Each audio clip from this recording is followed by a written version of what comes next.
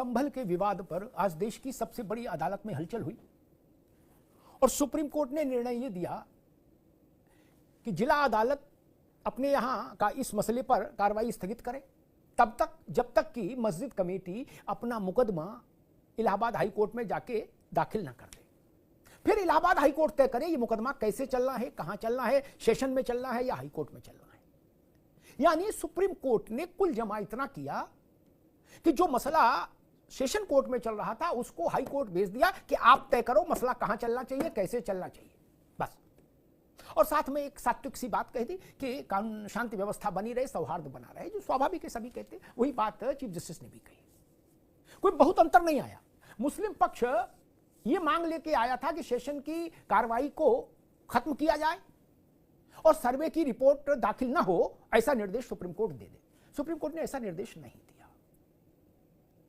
सर्वे की रिपोर्ट के लिए सिर्फ इतना कहा सुप्रीम कोर्ट ने कि रिपोर्ट जब भी दाखिल हो सेशन कोर्ट में, बस सीलबंद लिफाफे में दाखिल हो, वो सार्वजनिक नहीं होगी जब तक कि हाई कोर्ट में मामला लिस्टेड नहीं हो जाए। फिर हाई कोर्ट तय करेगा कि कब सार्वजनिक करनी है रिपोर्ट, नहीं करनी।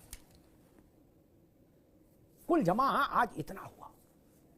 यह भी बहुत कम अवसरों पर आपने देखा होगा कि न्याय की 3 अवस्थाएं हैं भारत में। जिला अदालतें हैं, सेशन कोर्ट जिनको बोलते हैं, हाई कोर्ट्स हैं और सुप्रीम कोर्ट है। आज तीनों स्थानों पर संभल था, संभल ही संभल। जिला अदालत में भी, जहां कोर्ट के सामने सर्वे कमिश्नर पेश हुए और उन्होंने अतिरिक्त समय मांगा है अपनी रिपोर्ट को फाइनलाइज करने के लिए।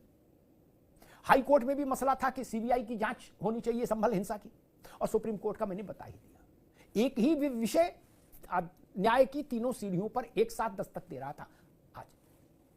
अब फिर बात वहीं आ गई कि हाई कोर्ट में होगा जो कुछ होगा, आर पार कहिए, न्यायिक युद्ध कहिए, जो भी कहिए।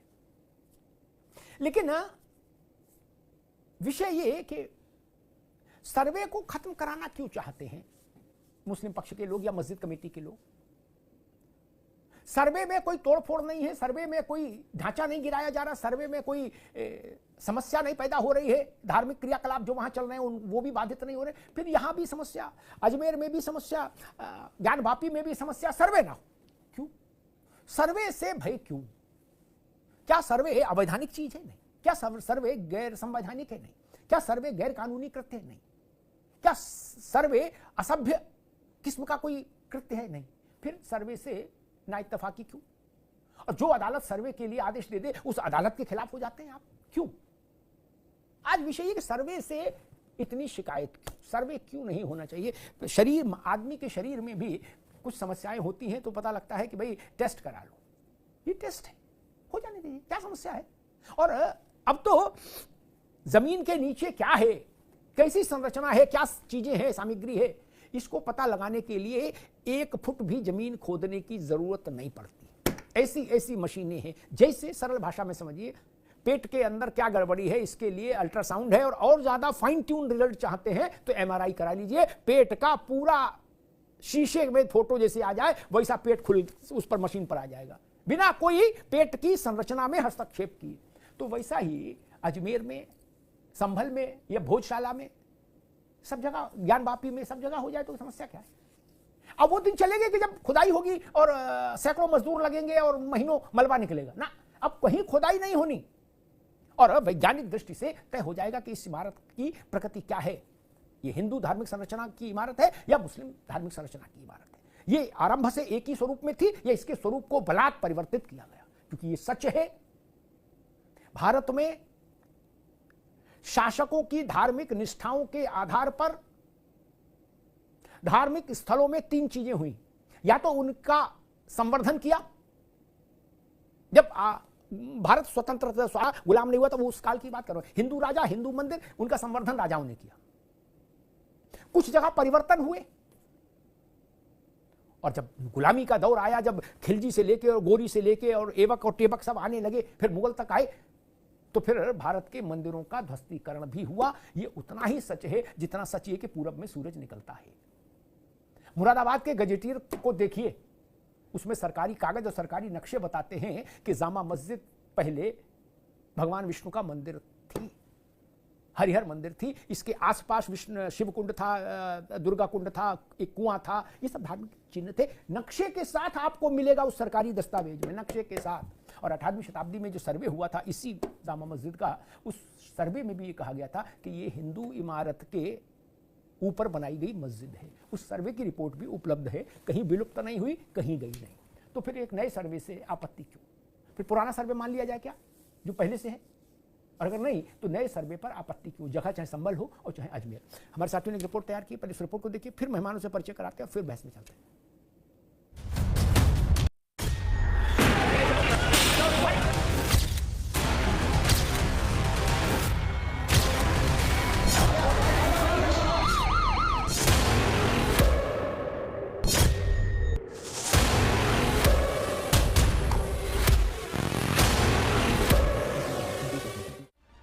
संभल में निचली अदालत के आदेश के बाद सर्वे को लेकर शुरू हुआ संग्राम देश की सबसे बड़ी अदालत के आंगन में जा पहुंचा।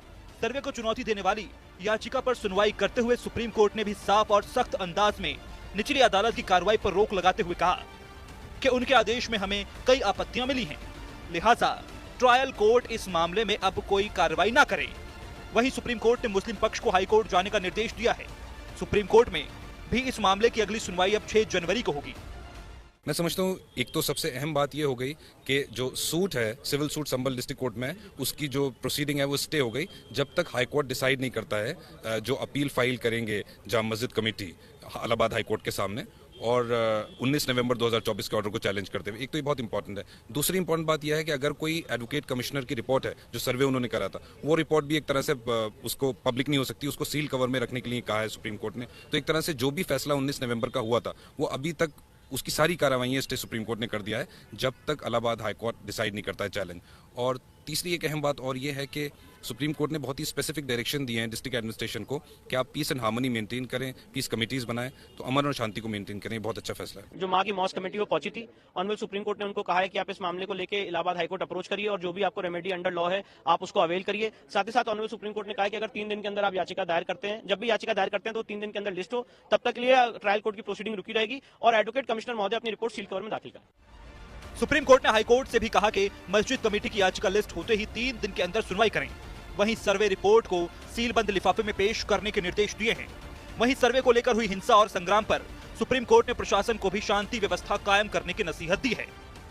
इससे एक बड़ी राहत हासिल हुई है और जिस तरीके से सुप्रीम कोर्ट ने मुस्लिम साइड को हाई कोर्ट में अपने केस को ले जाने की परमिशन दी है, इससे भी उम्मीद है कि वक्त रहते इंशाअल्लाह इंसाफ मिलेगा। सुप्रीम कोर्ट की सुनवाई के बाद एक बार फिर सियासी गलियारों का मौसम गर्माता दिखा। निचली अदालत के फैसले पर सुप्रीम कोर्ट की रोक पर विपक्ष को भी मौका मिल गया। सुप्रीम कोर्ट के बहाने विपक्ष भी सरकार को घेरता हुआ दिखाई दिया। समस्या ये है कि जो पीड़ित पक्ष है उसका बयान हो पाएगा कि नहीं हो पाएगा। संभल में इतना आतंक पैदा किया जा रहा है अधिकारियों द्वारा, अगर मौजूदा अधिकारियों का वहां से ट्रांसफर कर दिया जाए फिर कमेटी आएगी तो सही बात सामने आएगी, और जब तक ये अधिकारी हैं तब तक कोई सही बात आई नहीं। घर से ही नहीं निकलेंगे लोग, बयान देने के लिए नहीं निकलेंगे। जो निकलेंगे उनकी पहले इतना धमका दिया जाएगा कि तुम्हें क्या क्या करना होगा उनका। इधर सरकार ने भी संभल के संग्राम का सच जानने के लिए अपनी तैयारी कर ली है। सुप्रीम कोर्ट में सुनवाई से पहले ही सरकार ने भी हाई कोर्ट के रिटायर्ड जज टी.के. अरोड़ा की अध्यक्षता में एक न्यायिक आयोग का गठन कर दिया है। पूर्व आईएएस अमित मोहन प्रसाद और पूर्व डीजीपी ए.के. जैन इसके सदस्य बनाए गए हैं। वहीं विपक्ष के वार पर सरकार की तरफ से भी पलटवार किया गया। माननीय न्यायालय का हम सम्मान करते हैं। सर्वोच्च न्यायालय ने जो भी आदेश दिया है हम उसका सम्मान करेंगे, उस आधार पर काम करेंगे। और सबसे बड़ी चुनौती हमारे सामने है कि हम किसी भी व्यक्ति को कानून हाथ में लेने नहीं देंगे, लॉ एंड ऑर्डर को मेंटेन करेंगे और निष्पक्ष जांच करा करके जो भी दोषी होगा उसके खिलाफ कार्रवाई होगी, ये हमारी प्रतिबद्धता है। माननीय न्यायालय के आदेश का सरकार सदा से पालन करती है। समाजवादी पार्टी लगातार माननीय न्यायालय के आदेशों का उल्लंघन करने वाला कार्य करती है। बहरहाल निचली अदालत के आदेश के बाद सर्वे को लेकर मचे कलेश में संभल में हिंसा और तनाव का तांडव हुआ। मामला अब सुप्रीम कोर्ट होते हुए हाई कोर्ट की तरफ रुक कर गया, यानी गेंद अब हाई कोर्ट के पाले में है और अंपायर सुप्रीम कोर्ट। ऐसे में सवाल यह है कि संभल के संग्राम में सुप्रीम कोर्ट के निर्देशों के मायने क्या हैं? कोर्ट के आज के निर्देश के मायने क्या है? कुछ लोग कह रहे हैं कि भाई कान नाक ऐसे ना पकड़ के घुमा के पकड़िए, कई बार ऐसा भी हो जाता है।